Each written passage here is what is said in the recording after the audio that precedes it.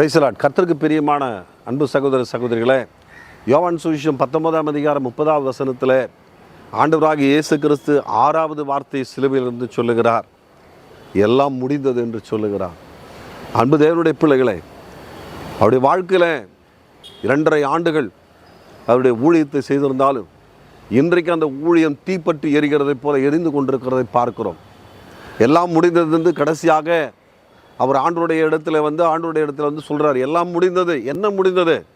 ஆண்டவர் பிதாவாகிய தெய்வம் தன் குமாரனுக்கு எதையெல்லாம் சொன்னாரோ, எப்படியெல்லாம் அனுப்பினாரோ, எந்த காரியத்துக்கு அனுப்பினாரோ அதை எல்லாவற்றையும் ஆண்டவர் செய்து முடித்தார். அவர் செய்து முடித்து கடைசியாக அவர்கிட்ட இருக்கிறது இந்த உசுர் மட்டும்தான். அந்த உசுரையும் உங்களுக்காக எனக்காக கொடுக்கறதுக்கு அவர் துணிந்தார். எல்லாம் முடிந்தது அப்படி சொன்னார். இன்றைக்கு ஆண்டவராக இயேசு கிறிஸ்து நமக்கு ஒரு காரியத்தை கொடுத்துருக்கிறார், நமக்கு ஒரு பணியை கொடுத்துருக்கிறார். இன்றைக்கு இயேசு சும்மா கொளுத்தி போட்ட ஒரு தீ இன்றைக்கு உலகம் முழுவதும் பற்றி எரிந்து கொண்டிருக்கிறது. அவருடைய ஊழியம் 2.5 வருஷம்.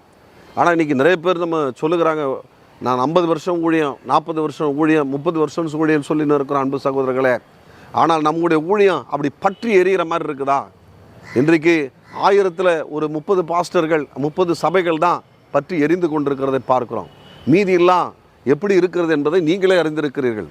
ஆண்டவருக்கு பிரியமானவர்கள், கடைசியிலே நம்மை ஆண்டவர் தெரிந்து கொள்ளும் பொழுது, நாமும் எல்லாம் முடிந்தது என்று கர்த்தருக்கு நம்மை ஒப்புவிக்கும் பொழுது நாம் என்னத்தை முடிச்சிருக்கிறோம் என்பதை நாம் சிந்தித்து பார்க்கணும்.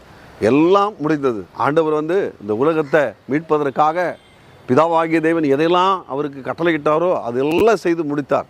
இன்றைக்கு அவர் ஆண்டவருடைய வலதுபுறத்தில் ஆண்டவர் உட்கார்ந்து இருக்கிறார்.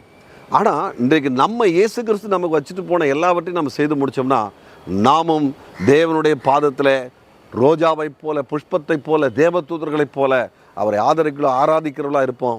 கர்த்தர் உங்களை ஆசீர்வதிப்பார். அன்பு தேவ பிள்ளைகளே, நிச்சயமாக உங்களுக்கு ஆசீர்வாதம் உண்டு. இந்த வார்த்தையை நீங்கள் ஒரு தடவை இல்லை, 4 தடவை கேளுங்க, 10 தடவை கேளுங்க. கர்த்தர் அந்த வார்த்தை உங்களை உயர்த்தும், உங்களோடு கூட இருக்கும். கர்த்தர் நாமத்துக்கே மகிமை.